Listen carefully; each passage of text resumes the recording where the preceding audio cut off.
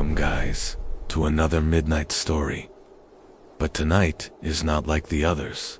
You shouldn't have come here. The shadows are watching your every step. The wind whispers secrets you were never meant to hear. Every creak, every rustle could be your last dot. Do you feel it? The darkness moving just behind you. Welcome to the Midnight Story. Story 1. The woman beside the closed gas station I'd been driving since early afternoon, trying to make it to Boone before dark, but a wrong turn outside of Winston-Salem had me winding through back roads I didn't recognize. My gas light blinked sometime after 10 p.m., and I hadn't seen another car in almost an hour. I pulled off at the next sign I saw, an old rusted marker that read Craden Hollow to Michoud. It wasn't on my GPS, but I figured any place with a name had to have a gas station. I followed the narrow road through thick woods, headlights cutting through a tangle of black branches and fog. I kept telling myself it was just the back roads playing tricks on my mind. But I couldn't shake the feeling I was being watched from the trees. The town, if you could even call it that, appeared all at once. No welcome sign, no streetlights. Just a cluster of dark shapes slumped along a cracked road. The gas station sat near the end, a squat building with peeling white paint and a single flickering bulb hanging from the overhang. The pumps were rusted solid, their glass faces busted out. I parked anyway, figuring someone inside might know where I could fuel up, but there was no inside. The windows were blacked out, boarded in places, and the door was bolted shut with a rusted chain. I was about to back out when I saw her. She was standing beneath the awning, directly under the light. I hadn't seen her at first. She wasn't there when I pulled up. Long, dark hair clung to her shoulders, wet or maybe just heavy with grease.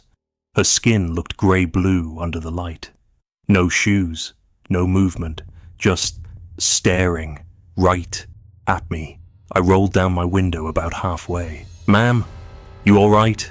She didn't blink, didn't nod, just stared with this hollow kind of focus that made my gut twist. Her eyes didn't follow me when I leaned over the passenger seat to look closer. They were already locked exactly where I'd be, like she'd seen me before I got there. I backed out slowly at first. I didn't want to spook her. Maybe she was in shock or lost, or something worse.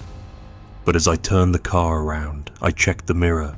She was walking, barefoot, slow. Straight down the middle of the road.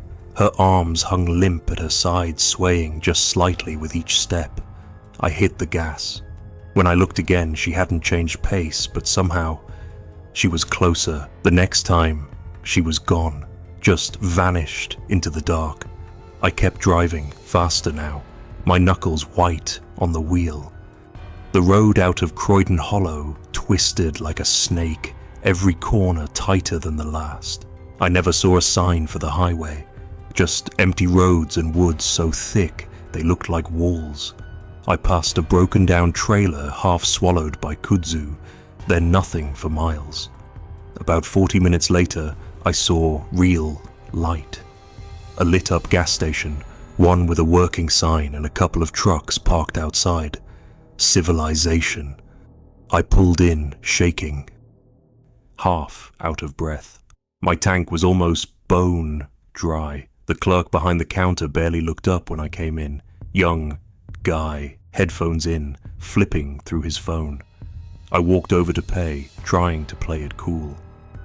"You know a place called Croydon Hollow?" I asked. He looked up, slowly, like I'd pulled him out of a trance. "Why?"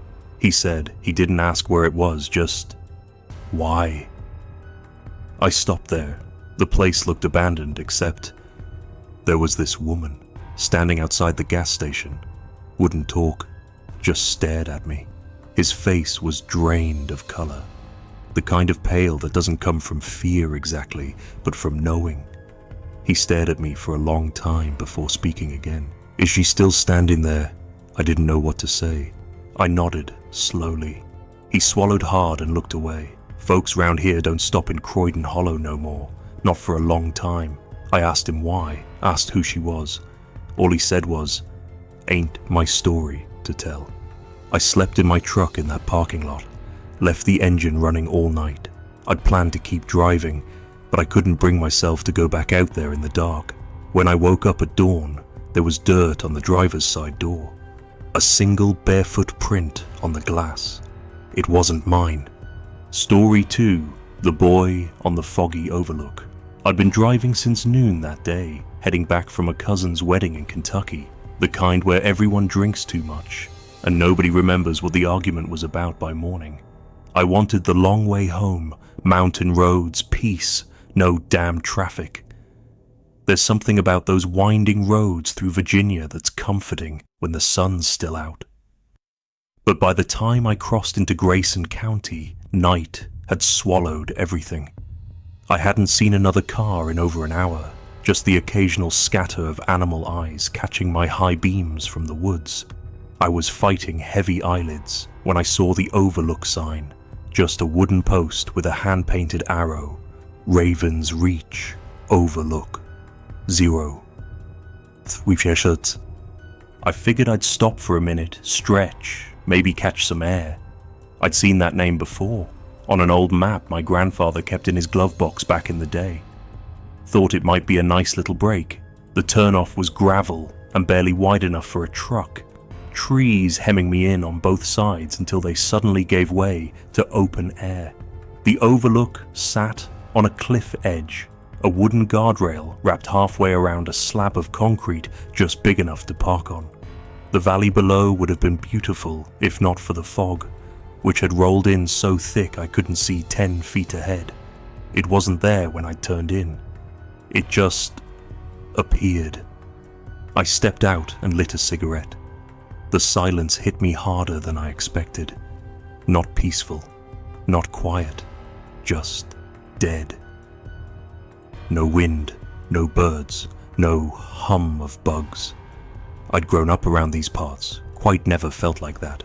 I was halfway through my smoke when I heard a knock. Not a loud one, soft, like fingertips brushing the driver's side window. I turned fast, heart punching my ribs, expecting to see an animal or maybe a ranger checking in. Instead, I saw a boy, couldn't have been more than 9 or 10, standing there, soaked from head to toe. His hair clung to his face, and his clothes looked too big, like they'd been handed down a few too many times.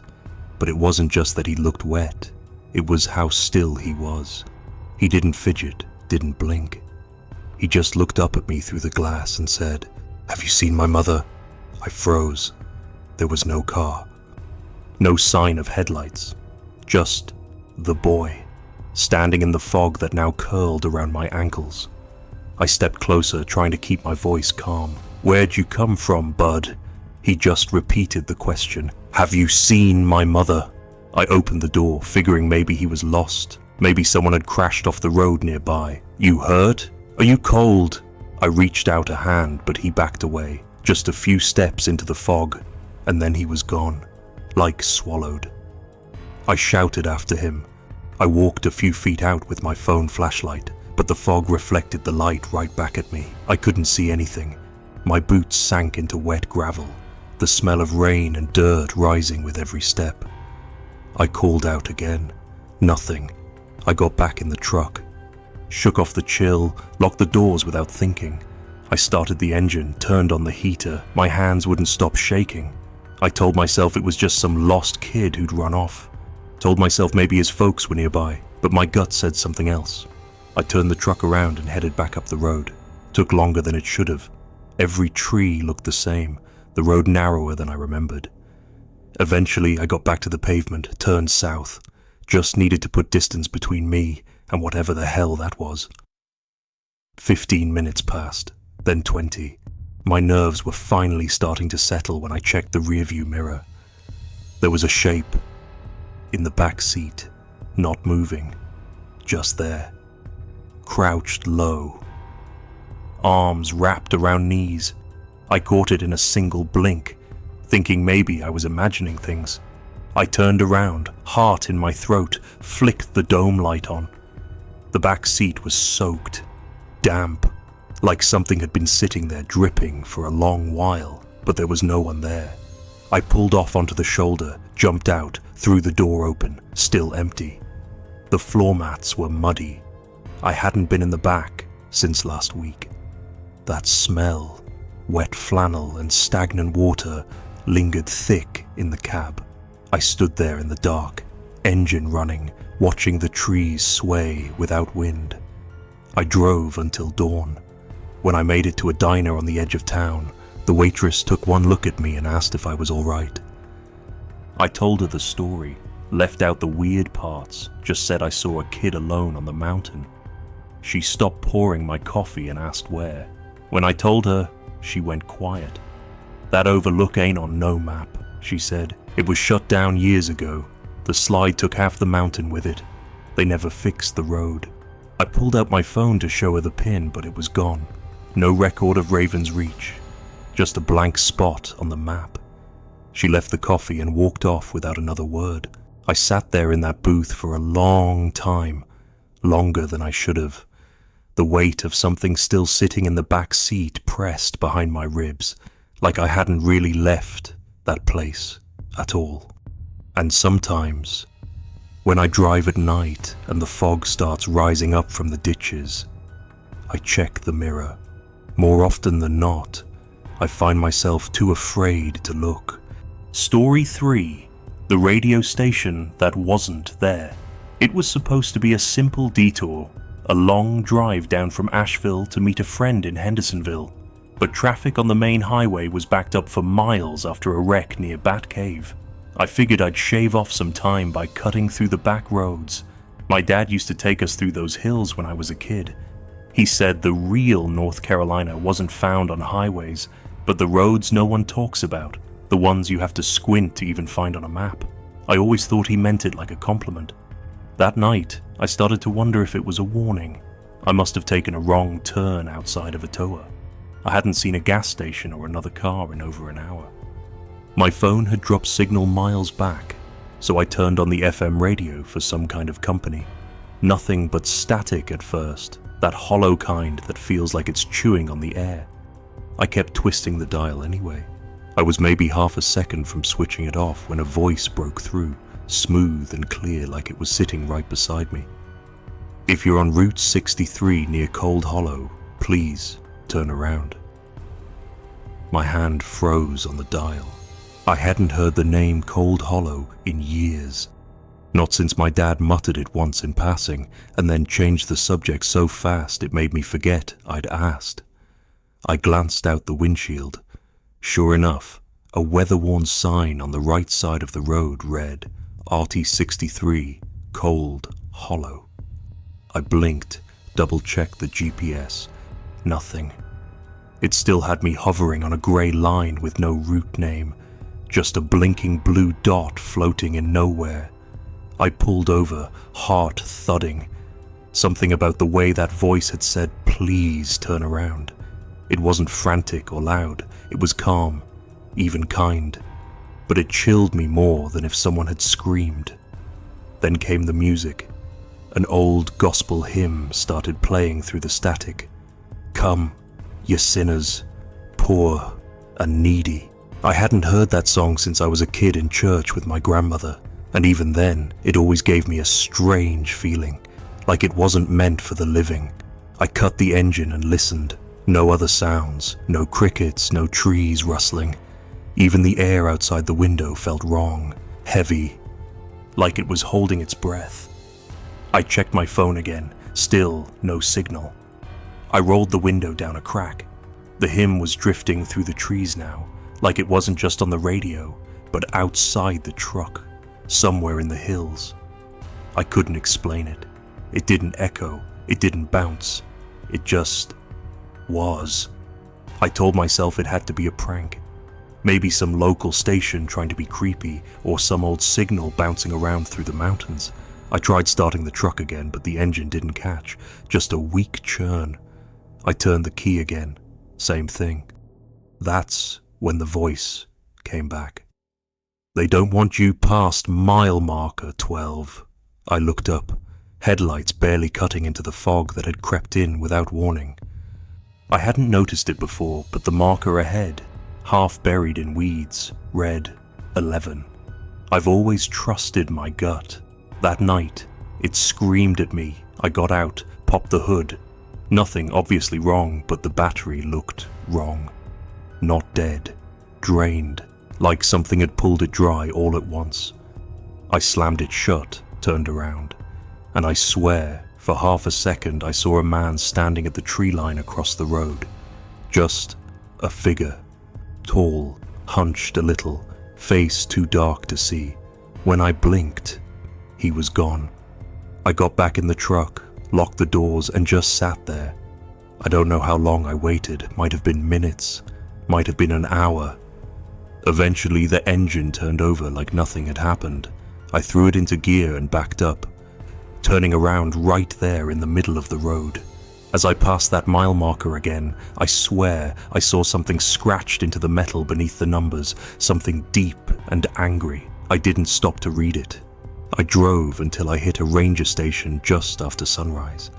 The place looked like it had been there since the 60s, peeling paint, crooked steps, one guy in uniform sipping coffee behind a desk that probably hadn't been moved in decades.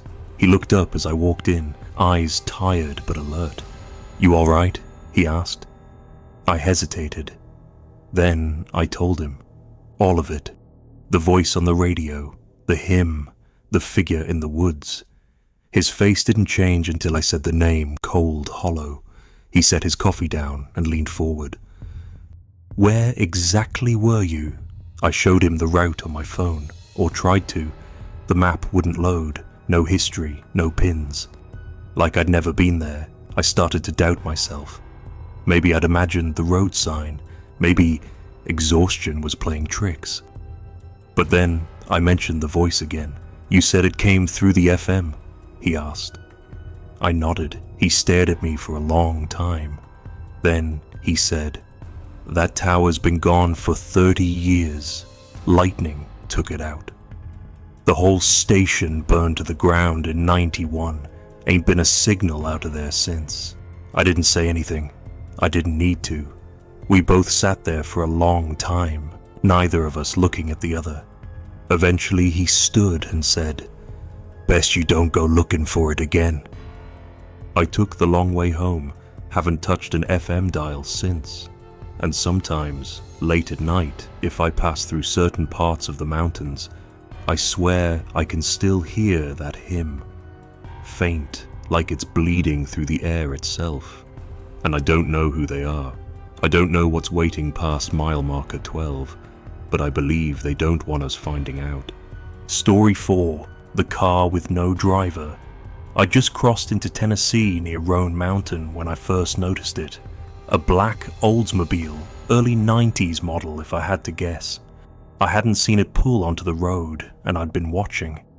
That stretch of Route 143 is nothing but tight curves and thick woods pressing in from both sides. You don't miss much out there, but somehow it was there. 2 car lengths behind me, headlights dull and yellow, hugging every turn I took. I figured it was just someone local taking the mountain slow, so I sped up a little. The Oldsmobile matched me, exactly. It didn't take long for it to feel wrong. Every curve, every dip. I adjusted speed, and so did they. No variation. Not once. It was like being shadowed by my own reflection. I tapped the brakes, slowed to a crawl. The car behind me eased up, matching again. No honk, no pass. Just a quiet, perfect echo. I tried not to let it get in my head. There were odd folks in the hills. You learn to shrug it off. Still, when I spotted the old diner with the big red neon eat sign blinking through the trees, I pulled in without thinking. Gravel crunched under my tires. I parked near the front window where I could keep an eye on the road. The Oldsmobile passed by, just cruised slowly. I caught a flash of the front end as it drifted around the bend, but still, no sign of a driver. The windshield was too dark, like it had been blacked out from the inside. Inside the diner, it was quiet. Old-timers hunched over pie and weak coffee. Nobody looked up. The waitress, name tag said Darla, poured me a cup before I even asked. Heading up or down? She asked without smiling. Down, I said, toward Elk Park. She nodded like that meant something. You passed that black car? I paused, the handle of my cup halfway to my mouth. Yeah, I said. You know who's driving it? She didn't answer, just poured more coffee and walked away. I sat there a good half hour, ate some eggs, watched the headlights of passing trucks in the window's reflection. Didn't see the Oldsmobile again. I started to think maybe I'd just been spooked. It happens out here. Something about long stretches of night and nothing but trees makes your brain invent shapes where there ain't any. I paid and stepped outside. The air smelled like damp pine. I was reaching for my keys when I heard tires rolling over gravel. The Oldsmobile, right at the edge of the lot. It had circled back. I watched as it coasted to a stop facing me, maybe 20 yards away. No headlights, no sound except the low idle of the engine. The windows were still pitch black, the kind of tint that's not legal anymore. I couldn't see a damn thing inside. I waited. So did the car. I walked toward it. Slow, careful. My boots crunched louder than I expected. When I got close enough to see the driver's door, I saw it was cracked open. Not swinging, just barely ajar. The engine is still running. I leaned in, no one inside. I looked again. The seat was empty. No keys in the ignition. And yet, the engine was humming steady, like it belonged to someone still behind the wheel. I backed away, skin crawling. I reached for my phone, but of course, no bars. I turned to go back inside, maybe call the sheriff from the landline. When I turned around again, the car was gone. No sound, no taillights, no engine fades. It just wasn't there anymore. I ran to the edge of the lot, checked the road in both directions. Nothing. The only thing left behind was a thin pair of tire tracks that led onto the asphalt and stopped halfway through the road. Not a skid, not a turn. It just ended. I didn't sleep that night. Sat up in the motel outside of Elk Park with the curtains drawn and the lights off. Every time a car passed, I peeked through the blinds. Kept expecting to see those dull yellow headlights creeping along the shoulder. A few days later, I told a local mechanic about it, hoping he'd say something rational, some trick of the light, some old drunk who leaves his car running. He just said, "You saw it too, huh?" Then he told me the story. Back in '93, a man named Everett Lowry ran a mechanic shop out of Banner Elk. Nice guy. Had a black Oldsmobile, same kind. Drove it every day until the day he didn't come home. Folks say he was headed to pick up his boy from a cabin near Roan Mountain. Somewhere along the way, he disappeared. The car too. They found the kid waiting on the porch. Said his daddy never came. The search party never found anything. A couple weeks later, a woman claimed she saw Everett's car pacing her down the highway. No driver, just following. Then it was a trucker. Then a preacher.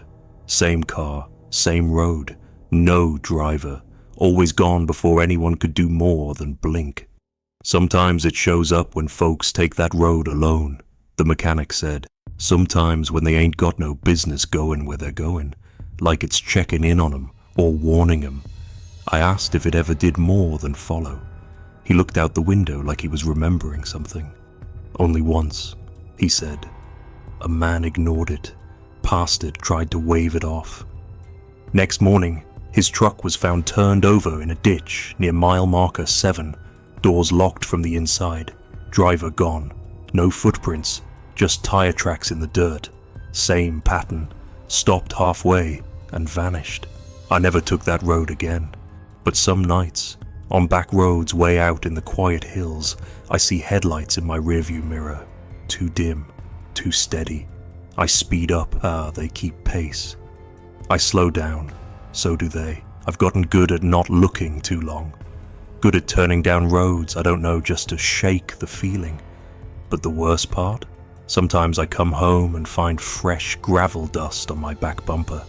And I know I haven't driven that far. Not alone, anyway. Story 5, mile marker 211, has no exit. I've driven the same stretch of highway between Knoxville and Asheville more times than I can count. My folks live out in Henderson County, and with work keeping me grounded in Tennessee most weeks, those weekend drives were a ritual. Always the same route, always the same stops. I knew the mile markers like the back of my hand. That night, I was running behind. I'd left Knoxville later than I meant to, got caught up at the shop, and by the time I hit I-40 East, it was pushing midnight. The roads were quiet, just the occasional semi rolling by, lights in the dark. I had the windows cracked, cool mountain air drifting in, old country playing soft on the radio. That kind of drive where the mind slips into rhythm, mile by mile, marker by marker. I passed marker 203, then 205, then came 208, and then, out of nowhere, I saw something new. Mile marker 211, Arrow Ridge exit. I blinked, slowed down. I knew 211 didn't have an exit, not ever. That stretch ran along a ridge too steep to build anything on, far as I knew. But sure enough, the green reflective sign glowed in my headlights, and there it was. A gently curving off-ramp leading down into trees. No lights, no guardrail, just fresh blacktop. It looked new.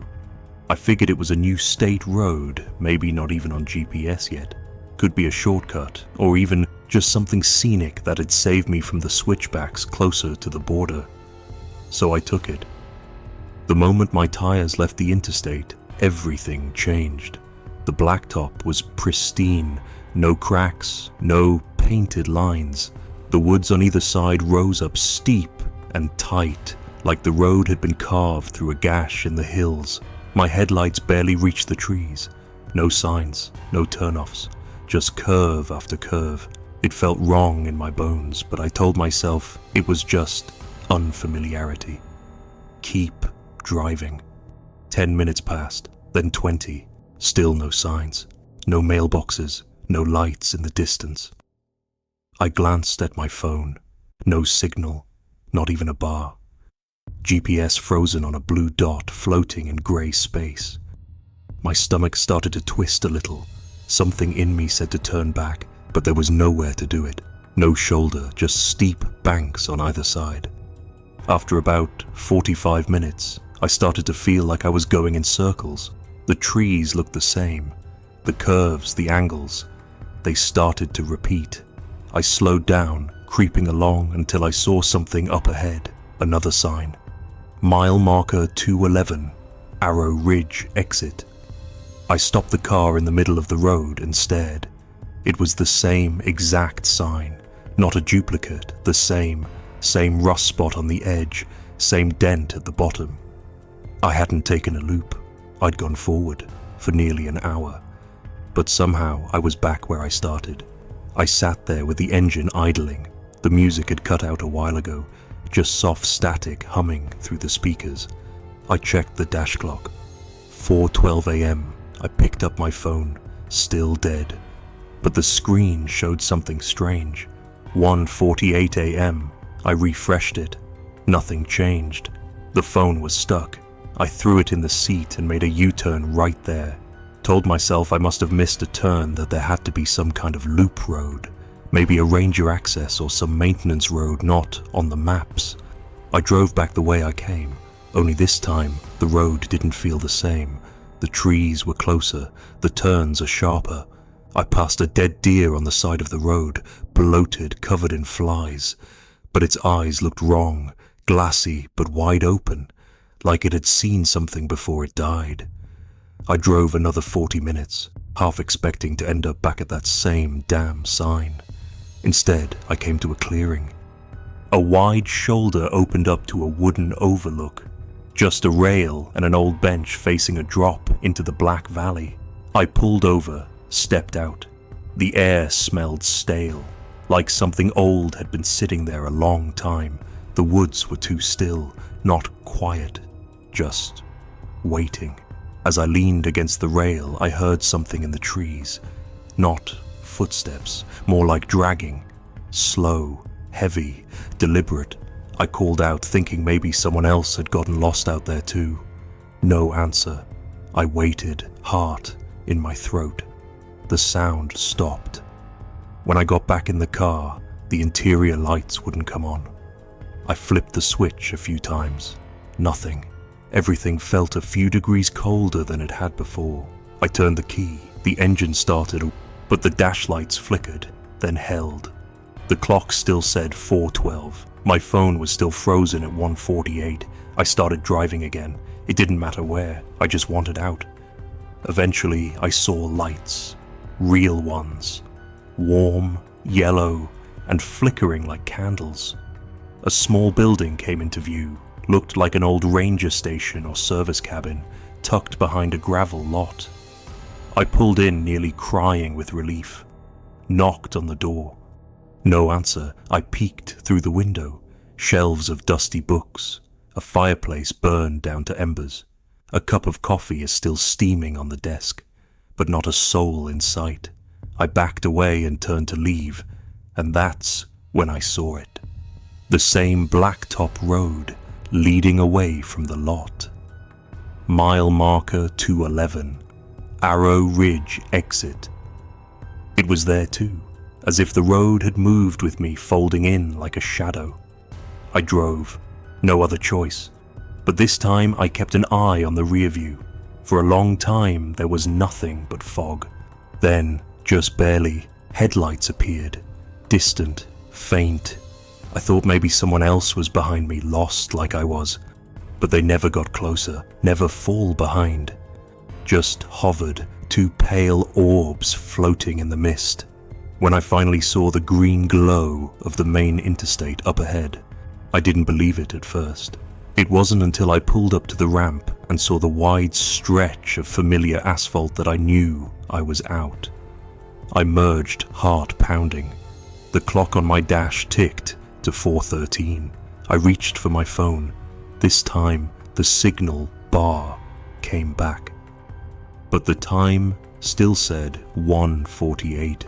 To this day, it only ever shows 1:48 when I'm near the mountains. Even if the signal is full, battery charged, it's like something still hangs on. I've never found Arrow Ridge on any map. Asked a few locals, no one's heard of it. Some laugh it off, others just go quiet. I don't take that stretch of road anymore. Don't trust exits I don't recognize, especially not ones near mile marker 211. Because the thing I remember most now, more than the silence, more than the signs, more than the dragging in the trees, is how the road never ended. It just folded, pulled me back in, and I still wonder sometimes if I ever really left. Or if I'm just somewhere after that road, and time's still trying to figure out where to put me. Story 6, The Old Man with the Lantern. I was coming down from Boone on one of those early October nights when the air smells like wood smoke and rot, the kind of chill that creeps in under your coat and sits in your bones. I'd been up that way helping my uncle clear out his tool shed. He's got bad knees now and worse memory, so half the job was figuring out what he'd forgotten he still owned. I left just before sunset, trying to beat the dark before the back roads got too hard to see. I took Route 602, same as always, twisting a little stretch of road between Meat Camp and Todd, full of dips and blind turns and patches of asphalt so rough you feel every seam in your spine. There's a stretch folks out there call the Disappearing Mile, maybe a mile and a half long, surrounded by forest so thick it eats headlights. Nobody ever fixes it for long. Pavement goes down, cracks through within weeks. It's not on any map, but everyone knows where it is. My truck gave out right in the middle of that stretch. 1 second everything's fine, and the next, dead. No warning, no sputter, just silence. Engine lights all blinked off. I turned the key a few times. Nothing, not even the whine of the starter. Radio died too. I checked my phone, but there wasn't a single bar. No cars in sight, just woods and the dark crawling in. I popped the hood, not that I'd know what I was looking for. Steam or smoke, maybe. There wasn't either. Everything under the hood looked normal. Wires where they ought to be, battery clean. Still wouldn't start. I was just about to climb back in and wait it out when I saw the light. It started deep in the trees. Just a dim flicker at first. Then brighter. A lantern, I realized. Someone was walking toward me holding an old-fashioned kerosene lantern, the kind you only see in antique stores or in barns older than my grandfather. The figure moved slow but steady, the light casting long shadows against the underbrush. When he stepped into view, I saw he was an old man. Not just old like retirement. Old, white beard down to his chest, coat so long it brushed the ground. He wore a wide-brimmed hat, dirty and soft with age, and walked like he'd done it through these woods 1,000 times. "Need some help?" he asked, voice like dry leaves. I hesitated. Everything in me said not to trust it, but I also knew no tow truck would find me out here without a signal, and it was already pushing 9 p.m.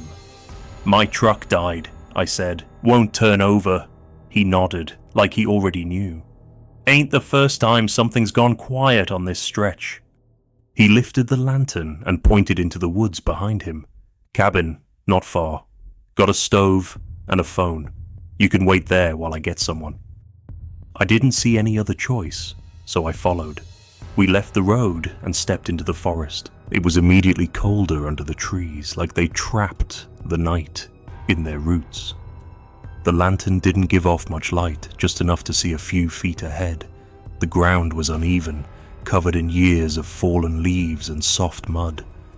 The man didn't speak again, and I didn't ask questions. I focused on my footing. Every so often I'd glance around, and that's when I started to notice things. First were the cars. Not many, but enough to make me wonder. Half covered in moss, rusted through, their frames sunk into the earth like they'd been left decades ago. I passed one with its windows gone and a tree growing up through the chassis. Another had a faded bumper sticker from Carter's presidency. None of them looked crashed. Just left. Then came the trees, big oaks, their bark carved with names. Initials mostly, but also dates. A lot of dates. One read 1937, another said June 12th, 1951. Still here. The letters were deep, like whoever carved them wanted to be remembered by the wood. Some were in cursive, others scratched rough like fingernails. "You get a lot of folks through here?" I asked, trying to keep my voice steady. "More than you'd think," the old man said, not turning. "Road's always been hungry." I didn't know what that meant, and I didn't want to know. Eventually, the cabin came into view. It was small, sagging slightly on one side, but the windows glowed faintly from inside like there was already a fire going. He stepped up to the porch, creaked the door open, and nodded for me to enter. "Wait here, I'll send someone." Then he vanished into the woods behind the cabin without another word. The inside smelled like cedar and ash.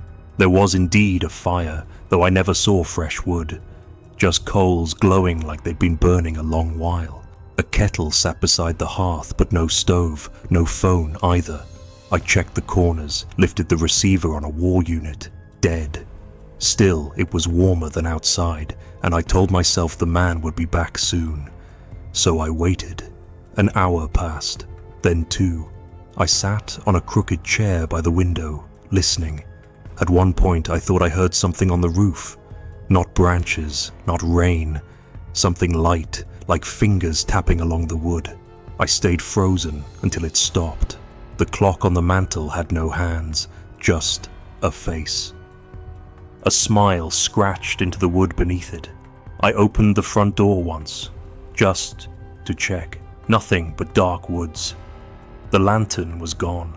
When I finally left, it was because I knew, deep down, that no one was coming.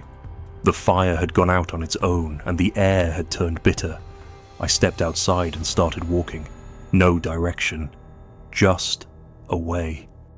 It didn't take long to find the road again, or maybe it found me.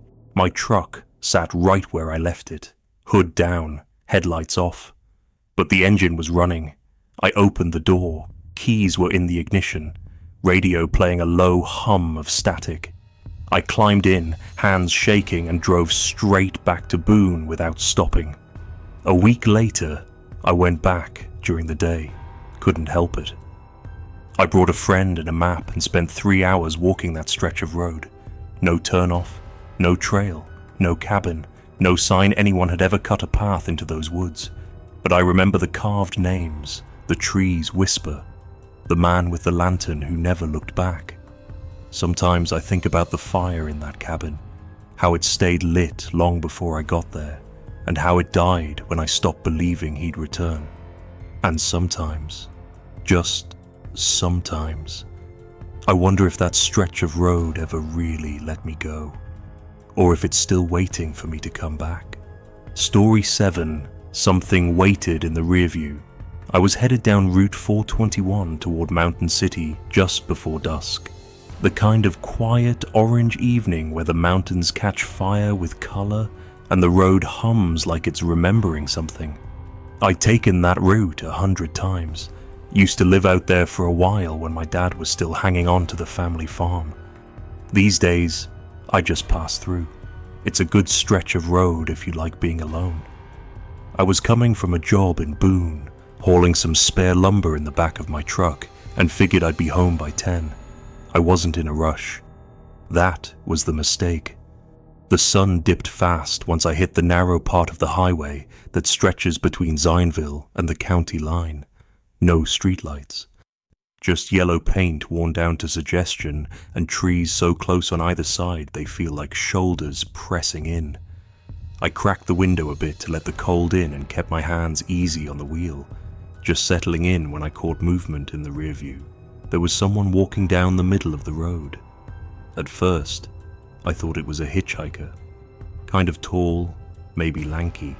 Couldn't make out much except a long silhouette in my taillights. What stuck out immediately was how steady they were, walking dead center on the yellow line like it was a tightrope. No stumble, no wave, no thumb out.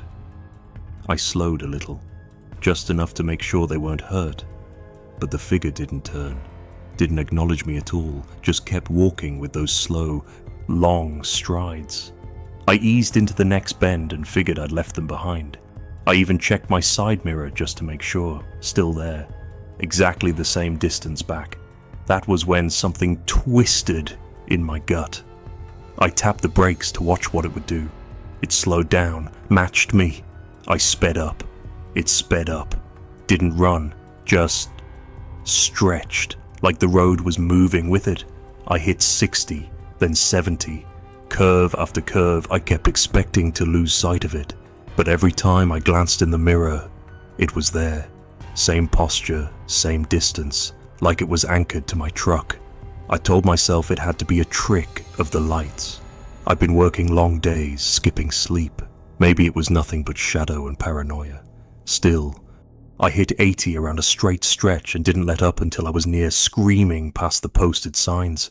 When I checked again, it was gone. I exhaled.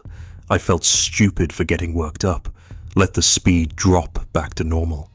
That's when I saw it again. Up ahead this time. Standing off to the right side of the road, just past the bend. Not moving. Not walking. Just standing. Same height. Same shape. Arms too long. Like they hung a little lower than they should. I felt the wheel jerk under my hands without meaning to. Just a small tremor. Like something in me didn't want to drive past it. I swerved just a bit wide, eyes straight ahead, refusing to look directly at it. As I passed, I saw, just in the corner of my eye, that it turned its head. No face, just a smear of something pale. I gunned it. Didn't stop for anything, not signs, not calls, not even when I crossed into the next county where the trees finally thinned out and the sky opened again. I felt exposed out there, like I'd carried something with me. The rear view became a weight. I couldn't look at it without expecting to see that shape again, hovering behind me. So I covered it, dug into the glove box, found a strip of duct tape, and stuck it right over the mirror. That made it easier to keep going. I didn't stop until I hit the gas station on the edge of Butler, a bright little spot of civilization tucked behind a diner and a bait shop. I pulled up to pump 5, hands shaking a little as I climbed out. I didn't check the mirror, didn't even glance at the windows, just kept my head down and filled the tank. Inside, the clerk gave me a funny look. Maybe it was the way I kept checking over my shoulder, or the way my hands wouldn't stay still. I grabbed a coffee, paid in cash, and sat in the cab for a while, trying to breathe like normal people do. Finally, I peeled off the duct tape. It came away in a single strip. Clean, but on the inside of the glass, just behind where the mirror had been, was a handprint, not smudged from the outside, not dusty like something brushed against it, but pressed, firm and wet against the inside of the windshield. 5 long fingers, each longer than they should have been. A smear where the palm had dragged slightly downward. No mistaking it. I didn't sleep that night, didn't go home. Just kept driving until the sun rose and the mountains looked safe again. I asked around the next week, talked to a guy who runs a tow service out of Deep Gap. He said folks have reported seeing shapes on that stretch for years. The stories go back to when the road was dirt, when it was barely more than a game trail cut by bootleggers and men who never left the woods again. They say there's something that walks that line at dusk, not every night, just now and then, when the weather shifts, when the light's just right. It doesn't try to stop you, doesn't speak, just watch, follows. He told me the same thing happened to a trucker in '89. Guy stopped in Zionville, white as a sheet. Said he drove 3 counties with his mirror taped up too. They found a handprint in the dust on his dashboard. Same size, same shape. I still take Route 421 sometimes. Old habits die hard, but I don't drive it at dusk anymore, and I never look in the rear view, not unless I have to. Story 8, Detour Through the Hollow. That screams. I was heading back from visiting my sister in Marion, trying to make it home to Elizabethton before dark, but a rock slide near Chimney Rock shut down the main road. State troopers had the whole route taped off and said it'd be hours before the crew could clear it. I didn't want to double back an hour and take the highway, too much traffic, too far out of the way, so I turned off on a narrow back road thinking it might reconnect somewhere near Spruce Pine. Not long after, I saw a sign. Hand-painted, letters crooked and faded, nailed to a post that leaned like it had been hit once and left to rot. It read, Detour Through Croft Hollow. No arrow, just those 4 words, red on white. I knew better. I've lived in the mountains long enough to know that places with names like Croft Hollow don't show up on maps for a reason. Still, I followed it. Maybe it was impatience. Maybe I didn't want to be the kind of man who turned back over a bit of bad paint. Either way, I made the turn. The road dipped almost immediately. Asphalt turned to cracked gravel, then gravel turned to dirt. Trees grew thicker on either side until their branches knitted overhead, cutting out what was left of the sun. I slowed down. Something about the way the trees pressed in made me feel like I was driving through someone else's memory, something private, something that didn't want to be remembered. The air changed, too. It got colder, damp. The kind of cold that soaks through the vents no matter how high you turn the heat. That's when I heard it. At first I thought it was wind, long, drawn-out whistles drifting between the trees. But there was rhythm to it, sharp rises and falls, almost like someone trying to catch their breath after screaming too long. It wasn't near, not exactly. It came from around, off the ridges, or down deep hollows where the road sloped too steep for comfort. It didn't stop, just kept going. I kept driving. About a mile in, I passed an old gatepost made of stacked stone, the kind you only find in cemeteries or long-forgotten fields. The wood sign beside it had rotted off, just a few rusted bolts holding nothing. As I passed, my radio, set low on an old country station, cut out and filled with static. Then I heard the same sound through the speakers, the scream, drawn out. But this time, closer. I tapped the brakes and looked behind me. There was no road. I swear on everything I love, I had just driven down a single-lane gravel stretch surrounded by pine and oak. But now, nothing.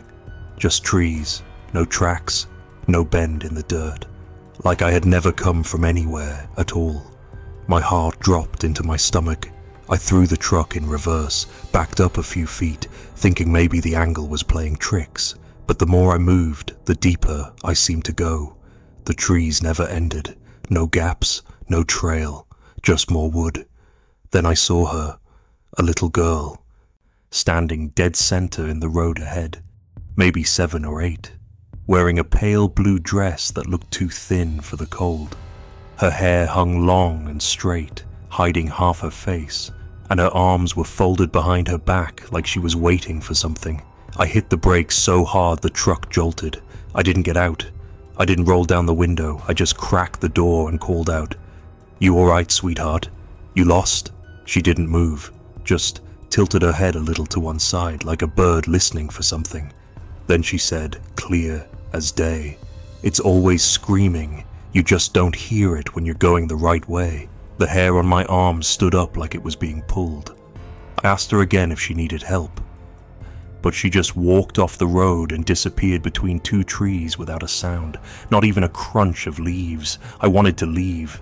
God, I wanted to turn around, hit the gas and get away from whatever the hell that was. But there was no place to go. The road ahead dipped again, deeper this time, and I swear the trees leaned in tighter like they were listening. So I drove.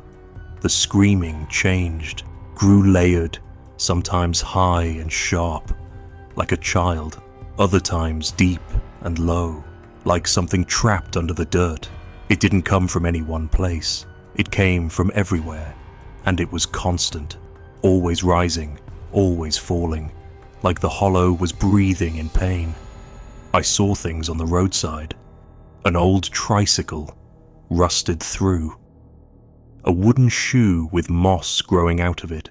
Once, a pickup like mine, half sunken into a ditch, driver's side door wide open, no one inside. I didn't stop. I don't know how long I was in Croft Hollow. My watch stopped ticking halfway through, stuck at 6:23. My phone screen went white. Not dead, just blank, like it didn't want to show me the time. Eventually, the road opened again. I turned a corner and suddenly, light, real light. A crossroads with a stop sign and a rusted-out mailbox. No name on it, but the dirt turned back to gravel, then back to pavement. I merged onto the main road, shaking so bad I could barely keep the wheel steady. The scream stopped the second I crossed back onto asphalt, like someone cut the cord. I pulled off at the first gas station I saw. The clerk asked if I was okay. I told her I got turned around down Croft Hollow. She blinked, slowly, then said, "That ain't a road anymore." I told her I saw the sign. She shook her head and said it was torn down after the fire back in '94. I don't remember the drive home. For weeks after, I heard that scream in my dreams. Not loud, not the way it sounded in the hollow. Just faint, like someone yelling from behind a wall. And I still think about that girl, her words, how you can only hear the screaming when you're going the wrong way.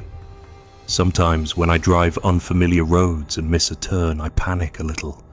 Not from getting lost, but from thinking I might hear it again, that awful sound, rising through the trees, waiting.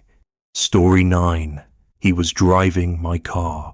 I'd been driving all night, trying to get back to Bristol from Atlanta after my cousin's funeral. I didn't want to stop. Something about the silence after a service makes the road feel heavier. Every turn of the tires just gives you more time to think, to loop through the same memories until they stop making sense. It was a little past 2 a.m. when I crossed north of Cherokee, and I was running low on caffeine and running high on that strange awareness that only shows up past midnight on a mountain road.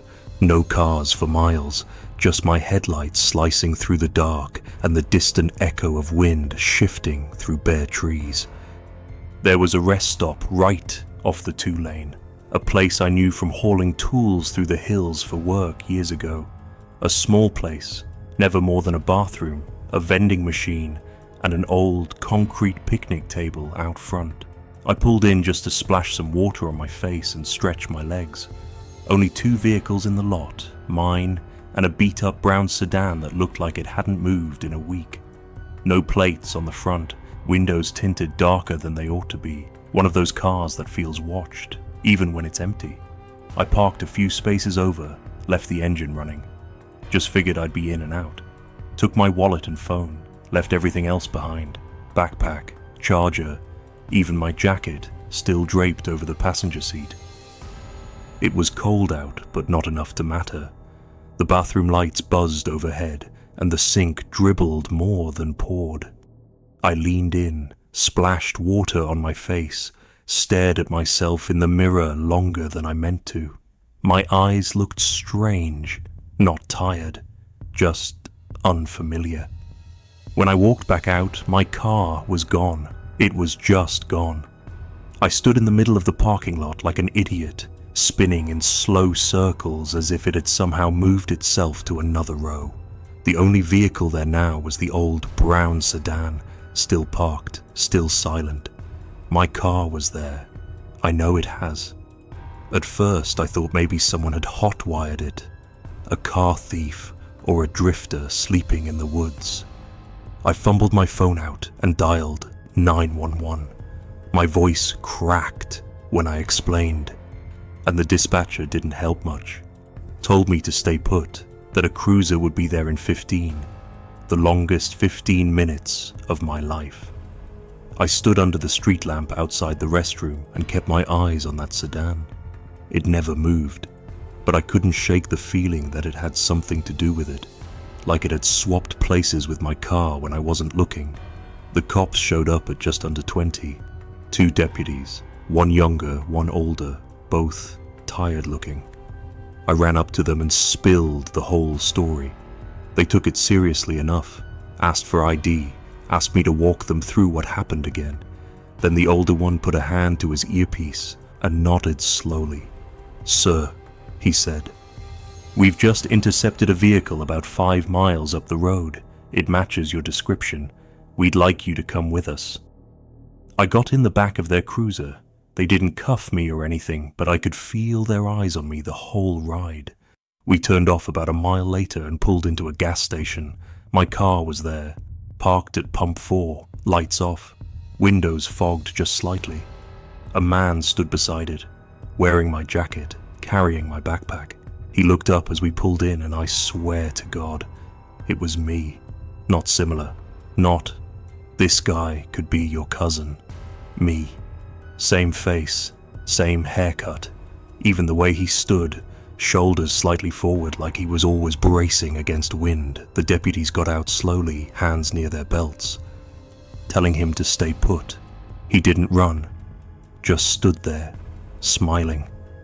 I got out, legs numb, and the younger deputy held a hand up to stop me. "Stay by the car," he said. The man who looked like me didn't say anything until they had him seated on the curb. Then he looked right at me and said, cheerful as could be, "Hey, took you long enough." My stomach flipped. They found my wallet in his pocket, my license, everything down to my receipts and old gas station punch card.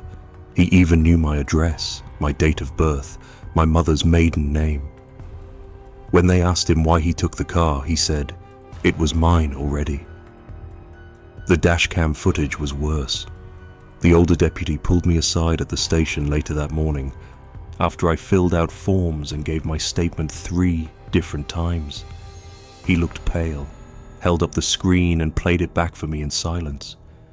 I watched myself get out at the rest stop, saw the car sitting there, lights on. Then, from the passenger side, the door opened. But I hadn't opened it. Something slid out, crawled out almost, stood up into the frame, and it was me. Same clothes, same everything. The real me, watching from the driver's seat, never noticed a thing. The copy just stood up, walked around, and got in behind the wheel, drove away. The timestamp never skipped. There were no edits. The deputies didn't have answers. They kept him overnight for questioning, but by morning he was gone. Slipped the cuffs, they said. Left everything behind, even the jacket. All the footage just showed a shadow moving across the holding cell wall. The door never opened. Guards never saw a thing. I got my car back. It still smells like me. Still plays my saved playlists. But there's this thing I can't stop thinking about. What if it never left? What if it's still in there? Some part of it, watching me from the back seat, waiting for me to forget. To stop checking the mirror. To look away long enough for it to climb back into place. Every now and then, when I drive through quiet parts of the mountain roads, I catch myself in the mirror. And for a split second, I swear, the man looking back doesn't blink when I do.